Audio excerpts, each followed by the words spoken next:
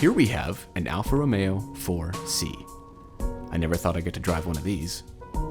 So the folks over at Boost Customs in Toronto have come through again and hooked me up with one of their customers' cars to test. This one has been modified by their partner, AMT Tuning, who specialize in performance software for European cars. Their software tune modified parameters in the ECU to produce a car with more horsepower and a more refined power delivery. So let's find out what it's like to drive an already fantastic car that has been made even better.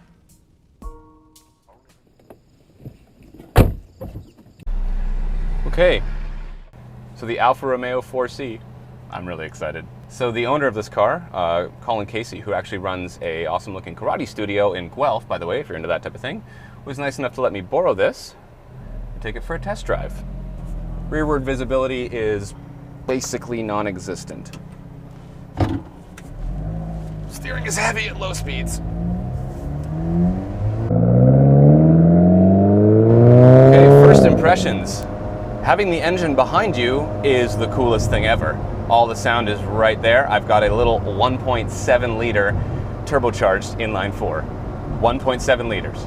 That's tiny. Stock it makes about 240 horsepower. This one has been tuned. Only to stage 1, software only. And it is making about 255 horsepower. The owner says that the power difference is quite noticeable actually, and it's also smoothed out the ride a little bit. Not the ride of the chassis itself, but the way that the power is delivered through the gearbox. So 1.7 liters, 255 horsepower, these are not like pinch yourself huge numbers, right? But keep in mind, this car only weighs about 1,000 kilograms. So if you look at power to weight ratios, this thing is making the same power to weight ratio as a V8 Audi R8 or a Aston Martin V8 Vantage.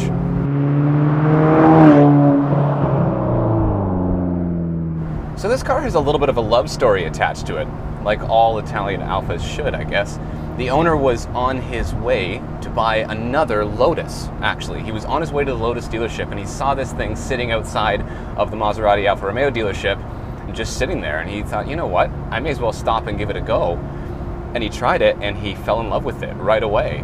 He thinks that it is a better all-around driving car than a Lotus Elise. And that's high praise coming from a part-time race driving instructor who has driven the best of the best cars.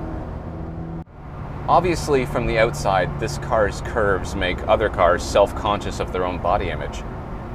It's pretty and it knows it. If you drive by in one of these, even if you're Chris Hemsworth, people aren't looking at you, they're looking at the car.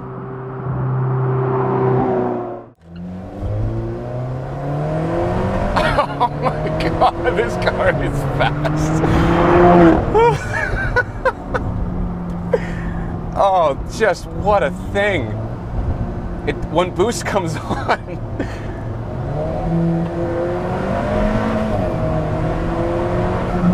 Oh my god. So the inside of this car is really, really different. Any normal person that got in this car, they get in and go, something's weird in here. And it is, because there's exposed carbon fiber. This is the coolest thing ever. Right here, I'm hitting it. This is the chassis of the car that I'm touching right now. I mean, it's very stripped out. The pedals are just like bare metal looking. The steering wheel is really unique. I'm not sure I'm a huge fan of it, but it is very cool. I don't really care that much, to be honest. It's got a really awesome digital gauge in the front that's very supercar-ish. The inside reminds me a little bit of a 430 Scuderia Ferrari. It's just stripped out enough to let you know that it means business, but it's still quite nice at the same time. I've got stitched leather all the way around here. The dashboard is all leather. The seats are really, really nice. They're actually very comfortable. I mean, like, the radio is laughable, and the climate control system looks like it came out of a Nissan Versa. But other than that, this is a really special place to be. So first impressions driving it, immediately you notice the steering is different. It's not powered. This is just regular rack and pinion steering. It's heavy. Ooh.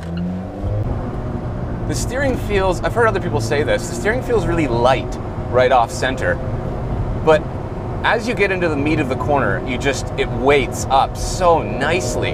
There's the weight right there. I can feel what's happening in the road. The steering, it pops and it tramlines and it grabs little bits of the road. It feels so engaging. It's telling me what the surface is like. It's telling me so much about the asphalt, I'm pretty sure.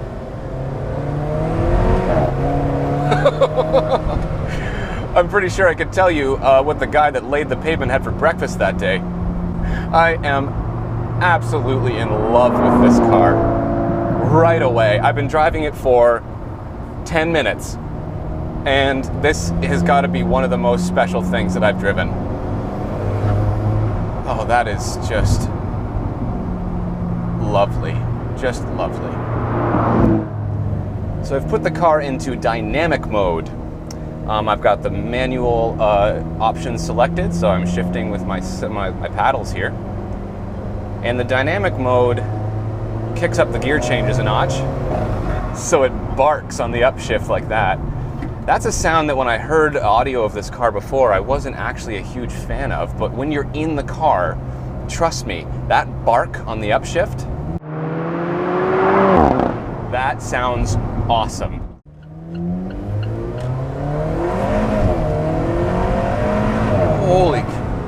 Oh, the brakes are good. Got some twisties here. Oh, you can feel the mid-engine balance. Oh, the transition from side to side feels so good. It's immediate. You load the tires one direction, you turn, you load the tires the other direction. And it has a ton of grip. It's got 62% of the weight over the rear axle and the rest of the weight over the front. And you can really feel that. It's got proper mid-engine car balance. You can feel that the back is guiding the car through the corner.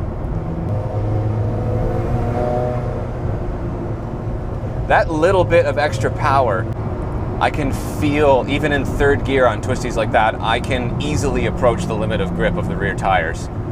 I can feel the back start to let me know that I'm approaching that point where I might be sideways. So stock, this car does 0 to 60 in 4.1 seconds.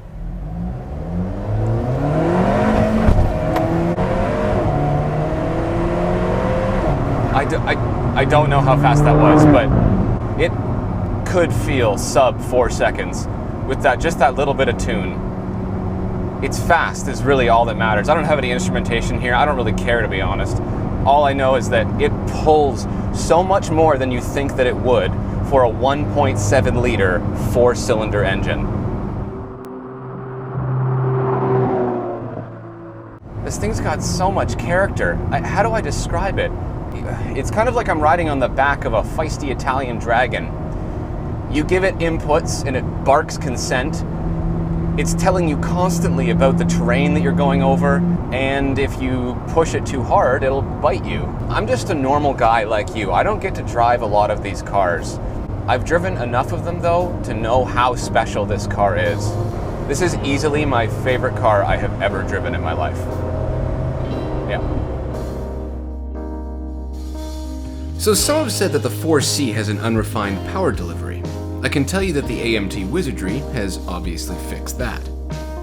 So for the same kind of money as a fully loaded Dodge Ram pickup truck, you can get yourself a new 4C. Is it a practical car? No, not even remotely.